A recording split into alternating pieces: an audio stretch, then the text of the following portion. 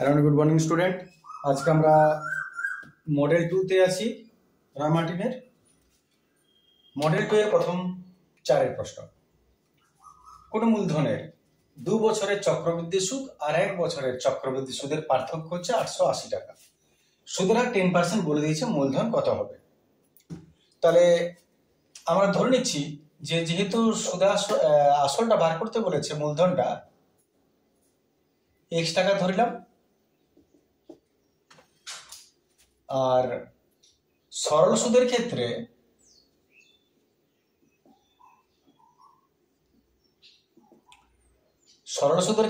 এক বছর সময় বলেছে, রেট অফ ইন্টারেস্ট 10% বলেছে, অতএব সুদ হচ্ছে PTR/100। P হয়ে গেল x, T হয়ে গেল 1 বছর, R হয়ে গেল 10/100। আমি আগে সরলটা বার করে নিলাম। গোলা গোলা x/10 টাকা হচ্ছে সুদ। এরপরে আমরা চক্রবৃদ্ধিতে আসি।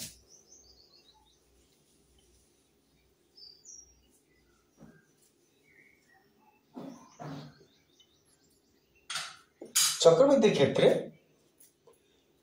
আমাদের সুদ বার করার ফর্মুলাই হচ্ছে a - p। ওটা তো ডাইরেক্ট সুদ বেরোয় না। এর ফর্মুলা হয়ে গেল p × 1 + r/100 to the power n আর - p, x 1 + 10/100 to the power 2 - x। মানগুলো বসালাম, গোলা গোলা লসাগু 10, 10 × 10 আর 1 × 11 - x। দুটো থেকে আমি x কমন নিয়ে নিচ্ছি। 15 দুটো থেকে x বেরিয়ে গেল। 11 স্কয়ার 11 11 121 বাই 10 এর স্কয়ার 10 10 100 মাইনাস এখানে কিছু নেই মানে 1। লসাগু নিচ্ছে 100, 121 মাইনাস 101 কে 100। একদম সিম্পলি x রয়ে গেল। 121 থেকে 100 গেল 21/100 টাকা। এটা হবে তোমার চক্রবৃদ্ধি সুদ। এবার দুটো সুদের পার্থক্য 880 টাকা। এতে শর্তানুসারে চক্রবৃদ্ধি সুদই সবসময় বেশি হয়, দ্বিতীয়ত সময়টাও বেশি আছে। যদি এটা মাইনাস এটা শর্তানুসারে, এতে এটা মাইনাস এটা ইজ ইকুয়াল টু 880 টাকা। ঠিক আছে, লসাগু 100, তাহলে এটা 21x হয়ে যাবে, আর এটা 10 10 100 10x হয়ে যাবে। এত x সমান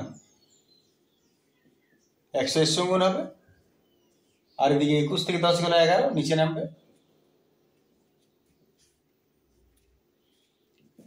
8123 টাকা, বাস 8000 টাকা এর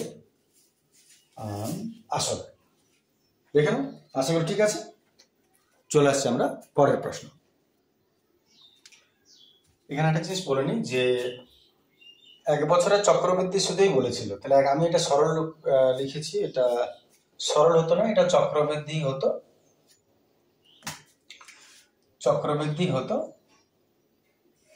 তো চক্রবৃদ্ধি হোক আর সরল হোক, 1 বছরের দুটো সুদ সবসময় সমানই হয়, যে জন্য আমাদের ওইটাই হবে।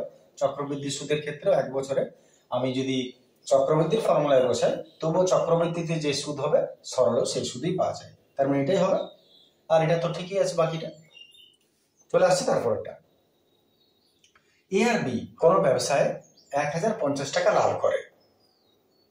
এর মূলধন 900 টাকা, লভ্যাংশ 630 টাকা।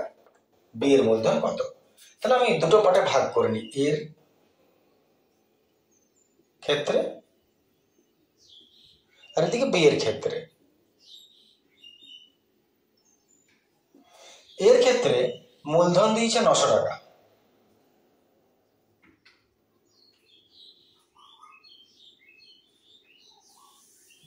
লভ্যাংশ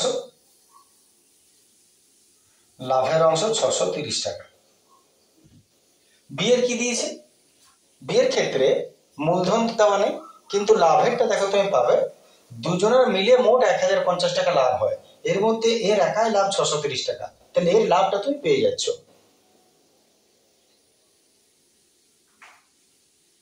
এর লাভটা হয়ে যাবে 1050 মাইনাস 630, 0 3 5 4 5 2 10 4 দিতে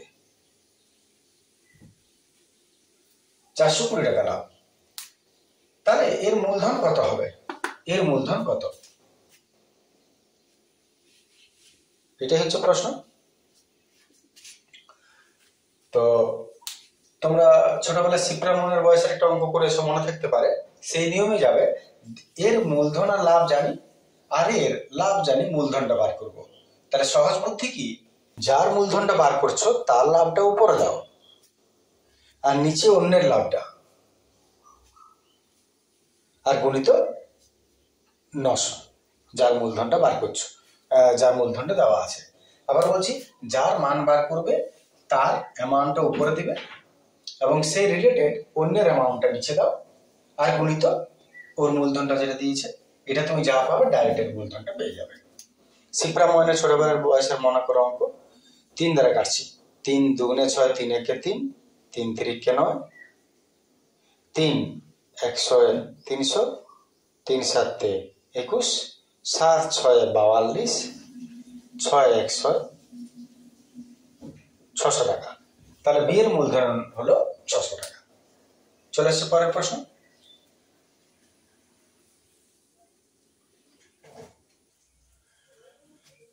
চলে আসছে 3 প্রশ্ন।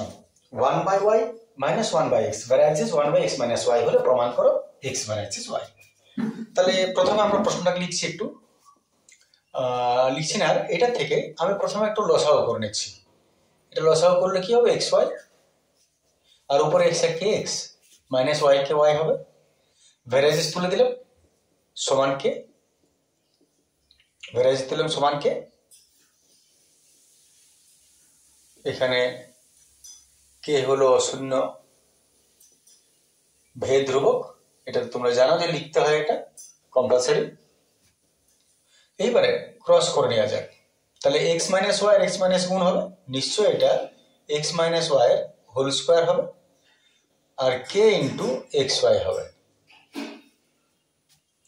এক্স মাইনাস ওয়াই স্কোয়ার আর k into x Y.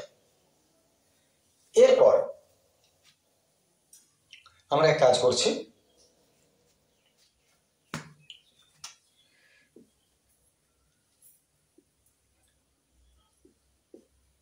X Y কে নিচে নামিয়ে দিলাম, ইজ ইকুয়াল টু কে। তুমি চাইলে এখানে রাখতে পারতে, আমি একটা ক্রস করে নিচ্ছি, এক্স মাইনাস ওয়াই তার হোল স্কোয়ার সমান কে x Y.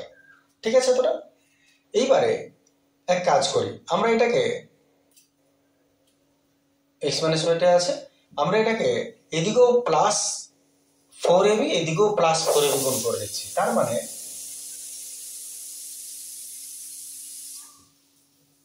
Plus 4xy plus 4xy। এটাকে তুমি 1 নম্বর দিয়ে আপাতত রেখে দাও, ঠিক আছে। এবার আবার নতুন করে ভাবো, আমি তো দুদিকে যে কোনো জিনিস করতে পারি, আমি দুদিকে 4xy গুণ করে দিলাম, যোগ করে দিলাম, এদিকে সব। এবার তুমি লক্ষ্য করো, এটা একটা ফর্মুলা নির্দিষ্ট, কি ফর্মুলা, এটা তো ফর্মুলা হচ্ছে a মাইনাস বি তার whole square plus 4ab, a minus B তার হোল স্কোয়ার প্লাস 4ab কিসের ফর্মুলা, a প্লাস বি তার হোল স্কোয়ার। তাহলে এর জায়গায় আমি লিখে দিচ্ছি a প্লাস বি তার হোল স্কোয়ার সমান, এদিকে থেকে এক্স ওয়াইটা কমন নিয়ে নাও, 4 হলো কে প্লাস 4। দেখেন আরেকবার, আবার বলছি, এটা a মাইনাস বি তার হোল স্কোয়ার প্লাস 4ab, এটার ফর্মুলা হলো a প্লাস বি তার হোল স্কোয়ার, আর এখান থেকে এক্স ওয়াই কে কমন নিল কে প্লাস 4। এই ফর্মুলার ব্যবহার ক্লাস 8 ছিল, তারপরে আর সম্ভবত বিশেষ নাই, যে a প্লাস বি তার হোল স্কোয়ার মাইনাস 4ab প্লাসের ফর্মুলা বেরো, আর a প্লাস বি তার হোল স্কোয়ার মাইনাস 4ab মাইনাসের ফর্মুলা বেরো। এইবারে এটাকে আমি 2 নম্বর দিয়ে দিলাম, এবারে 1 আর 2 ভাগ করে দাও, 1 ভাজিত 2 কত হচ্ছে, এটা বাই এটা এক্স মাইনাস ওয়াই তার হোল স্কোয়ার বাই তার হোল স্কোয়ার সমান এদিকে k x y by x y into k plus 4, এটা বা এটা সমান এটা বা এটা। তাতে কি হলো, এক্স ওয়াইটা চলে গেল, আর এখানে যেটা পড়ে রইল সেটা পুরোটা কিন্তু ধ্রুবক রাশি। লক্ষ্য করো কে আর এখানে কে প্লাস 4। এবারে তুমি যখনই ধ্রুবক রাশি হয়ে যায় তখন সেটাকে ছোট করে দেওয়া যায়, কে প্লাস 4 না লিখে ডাইরেক্ট কে1 ধরে নিচ্ছি, ছোট করে যাবে, এটা নিয়েও কে1 ধরে নিলাম। এত এইটা সমান কে1, স্কোয়ার গুলো ট্রান্সফার করে দিই, রুট ওভার কে1, দুটো স্কোয়ার একটা হবে, তারপর ট্রান্সফার হয়, আলাদা আলাদা করে যে ট্রান্সফার হয় না, দুটো আসলে একটাই স্কোয়ার হয়ে ট্রান্সফার হলো, একটাই রুট হলো। এইবারে প্রায় পৌঁছে গেছি, এক্স মাইনাস ওয়াই বার করতে বলেছে, আর একবার যোগ ভাগ প্রক্রিয়া করে দাও এটাকে। তাহলে এতে যোগ ভাগ করছি, এটা প্লাস এটা, নিচে এটা মাইনাস এটা, সাইন চেঞ্জ হলো, আর এদিকেও তাই হবে, +1 -1 যা আছে রুট ওভার কে1 +1 রুট ওভার কে1 -1, কারণ এর নিচে কিছু না মানে তাই আছে, ওটা আবার ছোট হয়ে গেল, কে2 ধরিলাম, যখন বড় হয়ে গেলে ছোট করে দিবে, আর এখান থেকে +1 আসে গেল, এটা গেল, তাহলে এখানে একটা এক্স দুটা এক্স রইল, আর এখানে একটা ওয়াই -2টা ওয়াই রইল, সমান কে2 2 গেল, আর -2 থেকে ট্রান্সফার করে দিচ্ছি, এক্স বাই ওয়াই সমান মাইনাসটা আমি ট্রান্সফার করেই দিতে পারি, এদিকে না রেখে ওদিকে আমি ট্রান্সফার মাইনাস করতেই পারি, বাস এক্স সমান -কে2 আর ওয়াইটা ওদিকে চলে গেল। এবার প্রমাণ হয়ে গেল, অতএব এক্স সমান আর কে মানে হলো ভ্যারাইসেস। ছোট হলো অঙ্কটা, ভালো অঙ্ক বটে, বুঝতেই পারছো, একটু প্র্যাকটিস করে নেবে যদি অজানা থাকে ব্যাপারটা। চলে আসছে আমরা পরের প্রশ্ন। 2:5 উভয় পদের সঙ্গে কত যোগ করলে যোগফলের অনুপাতটা 6:1 11 হবে। তাহলে কত উভয় পদের সঙ্গে কত যোগ করবে, ধরি উভয় পদের সঙ্গে এক্স যোগ করলাম, অতএব এর সঙ্গেও এক্স যোগ, এর সঙ্গেও এক্স যোগ, সমান অনুপাতটা হবে 6:11। সলভ করে নাও,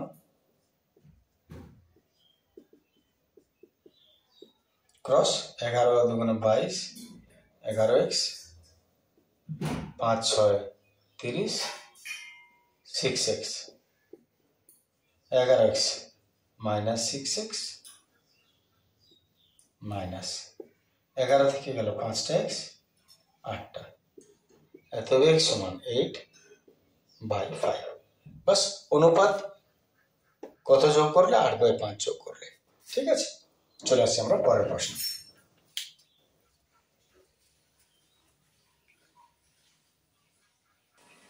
চলে আসছে আমার পরের প্রশ্ন। 5এর প্রশ্ন দেখো, বলছে এবিসিডি বৃত্তস্থ চতুর্ভুজ, বিএডি 60 ডিগ্রি, কোণ এবিডি 70 ডিগ্রি, কোণ DBC 45 degree is equal to কোণ এবিসি মান কত। তো ছবি ছাড়া বোঝা যাবে না, আমরা ছবিটা একটু আসি আগে। বলেছে এবিসিডি একটা বৃত্তস্থ চতুর্ভুজ, বৃত্তস্থ চতুর্ভুজ আগে একটু অঙ্কন করি। মনে করো এটা একটা বৃত্ত আর এটা চতুর্ভুজ, নাম দিয়ে দিলাম এ বি সি ডি, বৃত্তস্থ চতুর্ভুজ। মানগুলো একটা দেখা যাক, বিএডি কোন বিএডি 65, বিএডি এটা হচ্ছে 65, এবিডি 70, এবিডি এটাকে যোগ করে দিলাম, নাহলে এবিডি পাবে না, এবিডি এটা হচ্ছে 70, বিডিসি এটা হচ্ছে 45। তাহলে এবিসি কত, কোথায় আছে দেখো এবিসি, এই পুরো কোণটার মানটা বার করতে বলেছে। তো সহজ প্রশ্ন বটে, শুধু তোমাকে অনুসিদ্ধান্তগুলো জানতে হবে যে কোণটা কি বটে। প্রথমত, যদি কোনো বৃত্তস্থ চতুর্ভুজ হয় তার বিপরীত কোণগুলো পরস্পর সম্পূরক হয়, মানে এই কোণটা আর এই কোণটা এ আর সি যোগ করলে 180 হবে, আর বি আর ডি যোগ করলে 180 হবে। এটা একটা প্রথম শর্ত। যদি সেটা হয়, তোমাকে যেহেতু এই কোণটার মান বার করতে বলেছে এ বি সি, একটু মন দিয়ে বুঝবে, এ বি সি যদি বার করতে বলেছে তার মধ্যে এই এতটা তোমার জানা আছে 70, এইটুকু যদি বার করতে পারো তাহলে এই দুটো যোগ করলে টোটালটা পেয়ে যাবে। এবারে এটা যদি তোমাকে পেতে হয় তাহলে তোমাকে এই ত্রিভুজে আসতে হবে। লক্ষ্য করো, এই ত্রিভুজের একটা কোণ বটে এটা। এইবারে এটা যদি 45 হয়, আমি পুরোটা বুঝিয়ে নিচ্ছি আগে, তুমি নিজেই সলভ করে নিতে পারবে। এটা যদি 45 হয়, আচ্ছা এই কোণটা, এই দুটো মিলিয়ে 180 হতে বাধ্য। তাহলে যদি এ 65 বটে, 180 থেকে মাইনাস করে এটা পেয়ে যাবে। যদি এটা পেয়ে যাও তাহলে ত্রিভুজে তুমি এই কোণটা পেয়ে গেলে, এই কোণটা পেয়ে গেলে, আর ত্রিভুজের তিনটা কোণ সমষ্টি 180, তাহলে 180 থেকে এই দুটো কোণ বাদ দিয়ে দাও, পেয়ে যাবে এটা। আর শেষ কাজ, এর সঙ্গে এটাকে যোগ করে দাও, পেয়ে যাবে এ বি সি। আশা করি ক্লিয়ার আছে। তাহলে হয় তুমি নিজে করে নাও, নাহলে আমার সঙ্গে করো, একটু ভাষাটাও বোঝা হয়ে যাবে। তাহলে ভাষাটা কেন লিখতে হবে, যেহেতু 2 নম্বরের প্রশ্ন, তাই তোমাকে যুক্তিটা দিতে হবে, মাথায় রাখবে, নাহলে 2 নম্বরটা তুমি নাও পেতে পারো, 1 নম্বর পাবে যদি যুক্তি না দাও। যেহেতু এবিসিডি বৃত্তস্থ চতুর্ভুজ, যেহেতু এবিসিডি বৃত্তস্থ চতুর্ভুজ, অতএব এই কোণটা আর এই কোণটা, কোণ বিএডি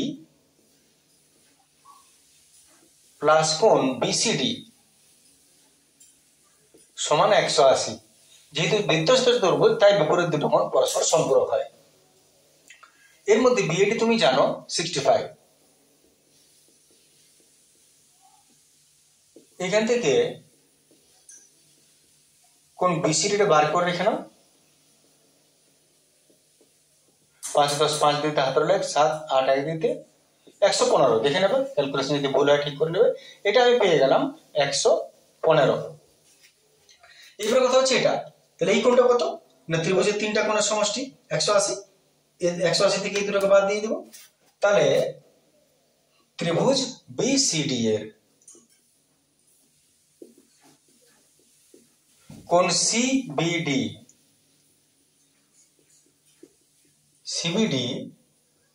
180 থেকে মাইনাস করবো 115 আর 45।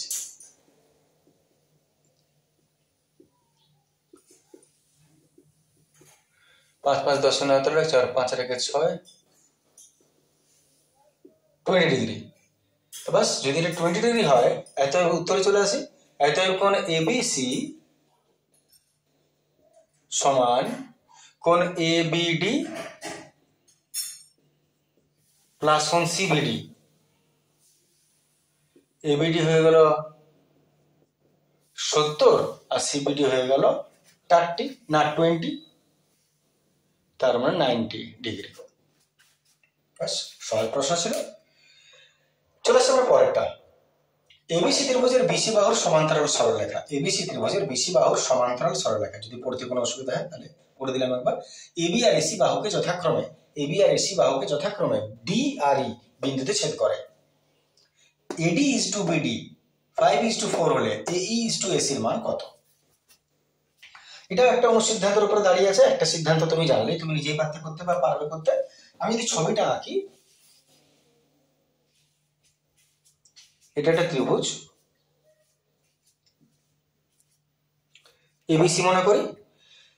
এর এবি আর এসি বাহুকে ডি আর ই বিন্দুতে ছেদ করেছে। দুটো বিন্দুতে ডি আর ই বিন্দুতে ছেদ করেছে। বলে দিয়েছে বিসি বাহুর সমান্তরাল সরলরেখা বটে। তাহলে বিসির সমান্তরাল সরলরেখা, আবার বলছি ভাষাটা বলেছে, বিসির একটা সমান্তরাল সরলরেখা এই দুটো বাহুকে ডি আর ই তে ছেদ করেছে। তার মানে তোমাকে বুঝতে হবে যে এই দুটো সমান্তরাল। এবারে এডি ইজ টু ডিবি, এইটা ইজ টু এইটা, অনুপাত 5:4। তাহলে এই ইজ টু এসির মান কত? অনুসিদ্ধান্ত একটা যেটা তোমাকে জানতে হবে, সেটা হচ্ছে যদি কোনো ত্রিভুজের ভূমির সঙ্গে সমান্তরাল সরলরেখা টানো, তাহলে ওই সরলরেখা ওই যে দুটো বাহুকে যে অনুপাতে ভাগ করছে তারা সমানুপাতে থাকে। তার মানে এইটা ইজ টু এইটা যা হবে, এইটা ইজ টু এইটা তাই হবে। এটা সবসময় সিদ্ধান্ত। বাস, এইটুকু করো, তার কাজ হয়ে গেল। তাহলে আবার লিখছি, যেহেতু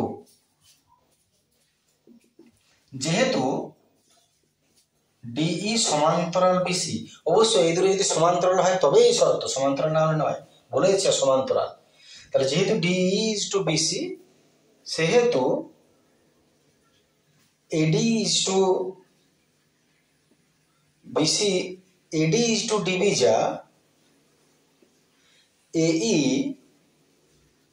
ইজ টু ইসি তা, এটা বা এটা যা, এটা বা এটা তা, ঠিক আছে। তার মানে কত? 5:4। এবারে তুমি ভাবো, যদি এই ইজ টু ইসি 5:4 হয়, তোমাকে কি বার করতে বলেছে?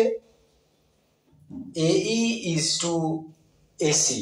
এটা ঠকাবার একটা প্রশ্ন, অনেক সময় বাচ্চারা ঠকে যায়। এই সিদ্ধান্তটা তো তুমি জানবেই, কিন্তু পড়তে গিয়ে তুমি পরীক্ষার সময় কি পড়ে নেবে, এইটা ইজ টু এটা দেওয়া আছে, তাহলে এইটা ইজ টু এটা কত বার করতে বলেছে, সেটা তুমি উত্তর লিখে দেবে 5:4, ঘরে এসে বলবে 90 আর 99 পাচ্ছি, তারপর দেখবে হয়ে গেল। যার জন্য তোমাকে বলেছে, দেখো লক্ষ্য করে, এই ইজ টু এসি, ঘুরিয়ে দিচ্ছে এটা। তাহলে যদি এ ইজ টু এসি 5:4 হয়, যদি এটা 5 আর এটা 4 হয়, তাহলে এই তো 5ই হচ্ছে, আর এসিটা কত হচ্ছে? 5-এর সঙ্গে 4 যোগ হয়ে যাচ্ছে, তার মানে 5:9 হচ্ছে। তাহলে তুমি এই গুণ করতে পারো দুটোকে ধ্রুবক রাশি হিসাবে, কিন্তু ফাইনালি এটাই হচ্ছে উত্তর। আশা করি বুঝতে পেরেছ। চলে আসছে পরের প্রশ্ন।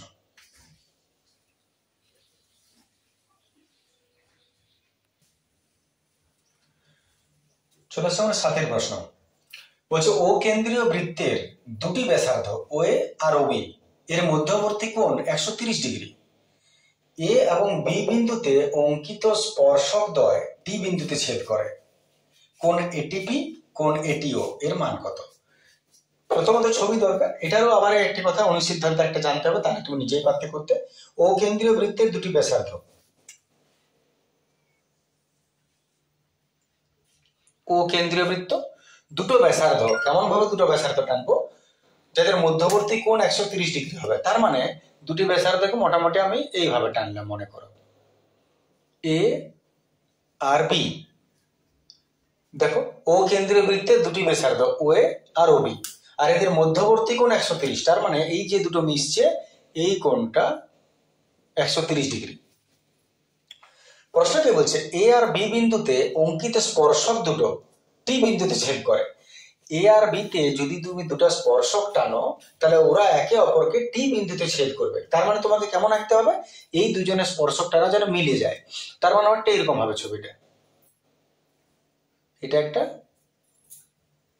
এটা একটা স্পর্শ বলে, স্পর্শ করে পেরিয়ে যাবে, এটা টি বিন্দু। তাহলে প্রশ্ন হচ্ছে এটিবি কত? এটিবি, এটিবি এই কোণটার মান বার করতে বলেছে। আর এটিও কত? এটিও, এটিও এই কোণটার মান বার করতে বলেছে। এটিও এইটা পুরোটা, আর এটা। এটার অনুসিদ্ধান্ত তোমাকে কি জানতে হবে, সেটা হচ্ছে, যদি কোনো বৃত্তের দুটি স্পর্শক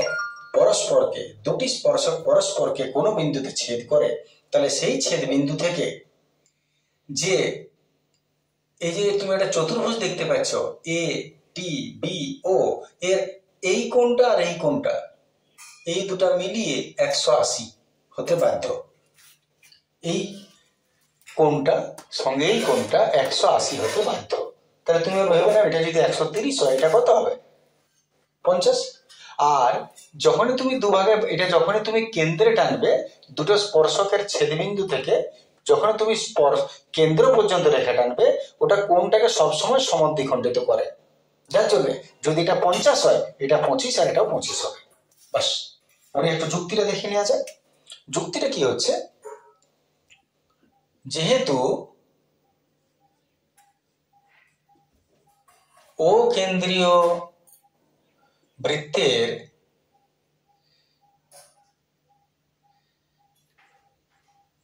এটি বিটি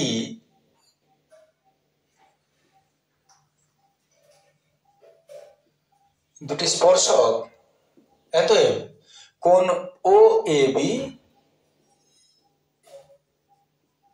প্লাস কোণ ও এ বি কোণ এ টি বি সমান এটিবি সমান দুটো মিলিয়ে 180 হতে বাধ্য। এর মধ্যে যদি একাই 130 পেয়ে যায়, এ ও বি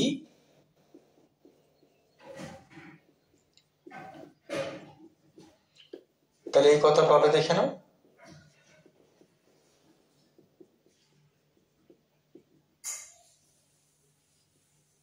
50 ডিগ্রি। এটিবি হলো 50, আর যেহেতু এটা কেন্দ্র পর্যন্ত টানা আছে তাই এটা সমদ্বিখণ্ডক হবে। অতএব কোণ এটিও হাফ অফ কোণ এটিবি, এটিবির অর্ধেক 25 ডিগ্রি। ক্লিয়ার আছে? চলে আসছে আমার পরের প্রশ্ন। 9:30 সময়ে ঘন্টার কাঁটা আর মিনিটের কাঁটার মধ্যবর্তী কোণের বৃত্তীয় মান কত? তাহলে 9:30 যদি বাজে তাহলে ঘন্টার কাঁটা মিনিটের কাঁটা কেমন থাকবে? 9:30 মনে করো বাজছে, তাহলে 9:30 যদি বাজে, তোমরা জানো 9টা বাজতে এইখানে কাঁটাটা হয়, আর 30 বললে এইটা 9:30, 9:30 মানে এইটা আর এইটা। এবারে ভাবো তাহলে কেমন হচ্ছে, একটা এইভাবে থাকছে, একটা এইভাবে থাকছে। তার মানে যদি আমি বৃত্তটা আঁকি, তাহলে একটা স্ট্রেট আর একটা স্ট্রেট, এটা হচ্ছে 9:30। ঠিক আছে, তাহলে এবার বাকিটা দেখা যাক। 9:30 সময়ে কাঁটা, ঘন্টার কাঁটা মিনিটের কাঁটা, এটা ঘন্টার কাঁটা এটা মিনিটের কাঁটা, এদের মধ্যবর্তী কোণের বৃত্তীয় মান, এই কোণটার বৃত্তীয় মান কত? তো যেহেতু এটা সমকোণে আছে, বুঝতে পারছো 4/1, তাহলে এটা 90 ডিগ্রি বটে। তাহলে এর বৃত্তীয় মান কত? অতএব মধ্যবর্তী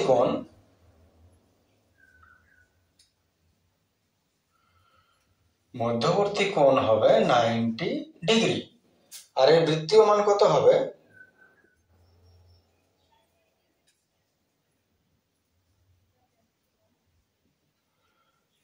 ডিগ্রি যা হলো π/180 দ্বারা গুণ, 90 × 2 = 18, π/2 রেডিয়ান। বাস এটাই হলো ওর বৃত্তীয় মান। ঠিক আছে, চলে আসছি পরের প্রশ্ন।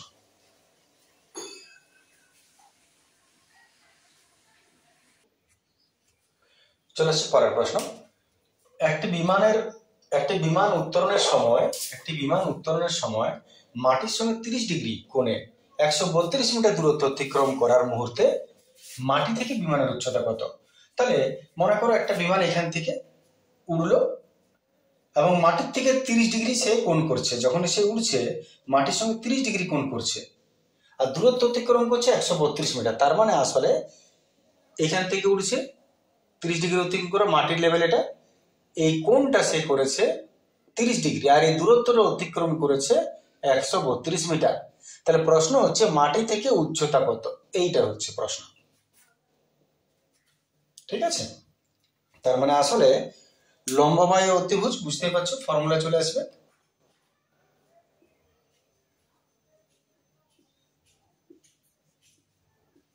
সমকোণী ত্রিভুজ এবিসি নাম দিলেন, লম্ববাহু ত্রিভুজ AB/AC, সাইন বোর্ডে 30, AB জানা নেই, AC 132, সাইন 30 1/2, এতে AB সমান 132 ক্রস হয়ে গেল বাই 2, 2 × 6 = 12, 2 × 6 = 12, 66 মিটার।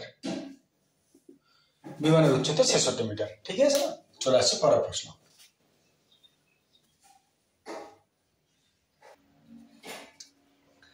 চলে আসছে 5-এর প্রশ্ন, 10-এর প্রশ্ন। Very good. এটা চঙ্গাকৃতি স্তম্ভের বক্রতলের ক্ষেত্রফল 528 বর্গ মিটার, আয়তন 1848 ঘন মিটার, তাহলে উচ্চতা কত? তোমাকে দুটো পার্ট দিয়েছে। চঙ্গাকৃতি স্তম্ভের বক্রতলের ক্ষেত্রফল, চোঙের বক্রতলের ক্ষেত্রফল হচ্ছে 2πRH, 528 স্কোয়ার মিটার, আর আয়তন দিয়েছে, তার মানে πr²H 1848 ঘন মিটার, কিউবিক মিটার। আচ্ছা, এখানে আর যেহেতু অন্য কিছু মান দেওয়া নাই, তাহলে আমরা এক কাজ করি, এখান থেকে RH এর মানটা বার করি, কত হচ্ছে 528/2π, দেখে নাও। আর এইচ হলো 528/2 পাই। এই আর এইচ এর মানটা এখানে বসাই, পাই যেমন আছে থাক।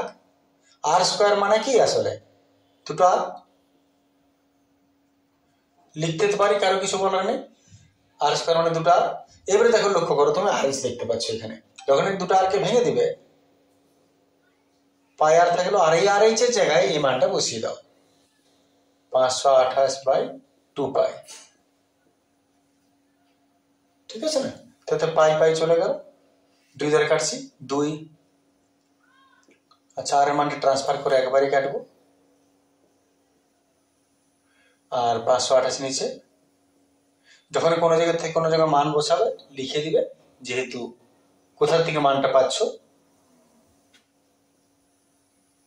ছোট করে ওটা লিখে দিবে। তাহলে 2টা উপরে চলে গেল আর 528 নিচে নেমে গেল। কাটাকাটি করুন একটু, 2 2 4, 1 2 6 12, 2 4 8, 4 দ্বারা যদি কাটি 4 4 16, 17 18 2, 4 6 24, 4 2 8, 4 6 24, 4 6 24, 6 2 12, 2 2 4, 2 3 6, 2 1 2, 2 33, 11 2 22, 11 1 11, 11 3 33, 3 7 21।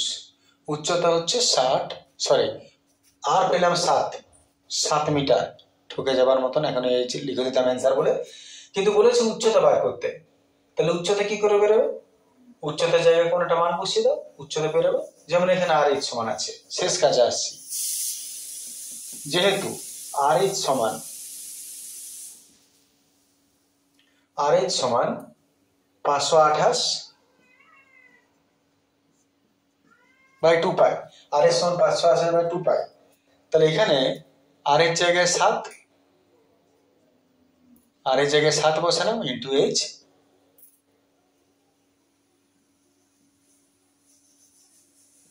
22 7, নিচে পাই আছে, তাহলে 22 নিচে হবে, 7টা উপরে উঠে যাবে। 7 7 গয়ং 2 দ্বারা, 2 4 2 2 4, 1 2 6 12, 2 4 8, নিচে কাটাকাটি করবে। আর 2 দ্বারা 2 1 2 13 26, 2 2 4, 2 11 22, এত বেজ সমান 11 1 11, 11 2 22, 12 মিটার।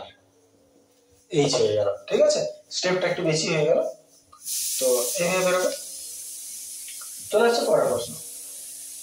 একটা নিরেট সম্পর্কে গলিয়ে একটা একই ব্যাসার্ধ বিশিষ্ট একটা চোঙ তৈরি করলে যার উচ্চতা 5 সেমি, শঙ্কুটার উচ্চতা কত? প্রশ্ন বলেছে একটা নিরেট সম্পর্কে গলিয়ে একটা একই ব্যাসার্ধ বিশিষ্ট চোঙ তৈরি করলে, তার একটা শঙ্কু ছিল, একই ব্যাসার্ধ বিশিষ্ট একটা চোঙ তৈরি করলে, ব্যাসার্ধটা এটারও যা এটারও তা, যার উচ্চতা, এর উচ্চতা বলে দিয়েছে 5। প্রশ্ন হচ্ছে এর উচ্চতা কত? এর মধ্যে মিলটা কি আছে? আবার বলি, একটা শঙ্কু এর কিছু দেয় না, এর ব্যাসার্ধ বলেছে এর যা হবে অন্য একটা চোঙেরও তাই হবে, কিন্তু চোঙের উচ্চতা দিয়েছে। আর এদের দুজনের আয়তন কিন্তু সমান। কেন? একটা গলি আর একটা করছো, গলিয়ে করা মানে দুটোর আয়তন সমান। তাহলে এর উচ্চতা বার করতে বলেছে। কি করব? যেহেতু আয়তন সমান, তাহলে আমরা আয়তনে যাব, দুটোর আয়তন সমান যেহেতু। আচ্ছা,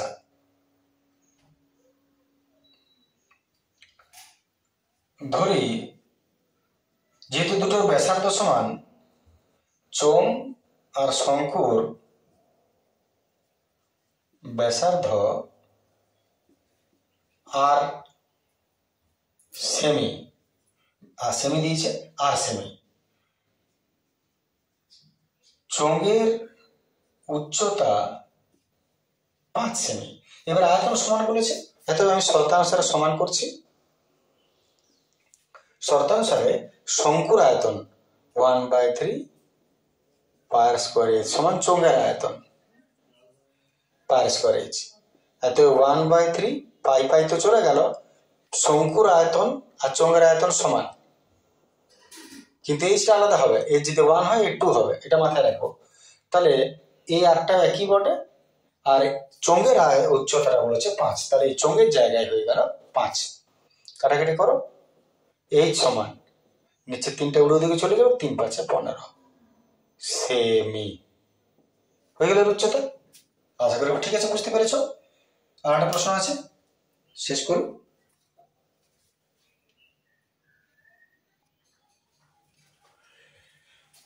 তাহলে শেষ প্রশ্ন, পরিসংখ্যা বিবেচন তালিকায় এল, F1, F2, F0, H এর মান দেওয়া আছে, সংখ্যাগুরু মান বার করতে বলেছে। জাস্ট ফর্মুলা পুট আপ করা উত্তর। তাহলে নির্ণয় সংখ্যাগুরু মান, এটার মধ্যে বোঝার কিছু নেই আমাদের। নির্ণয়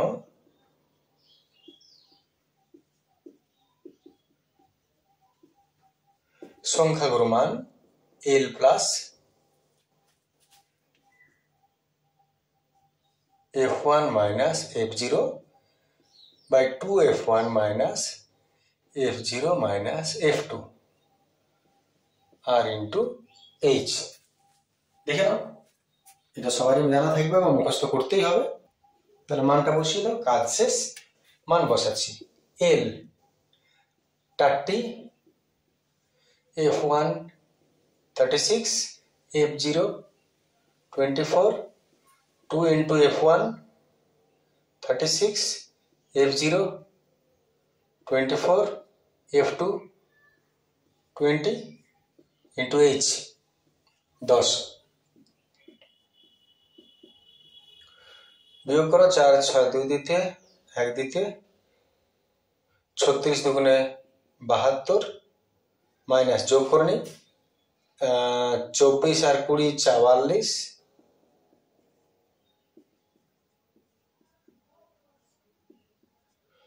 4 12 8 দিতে হাতের লেখ, 5 6 7 2 দিতে,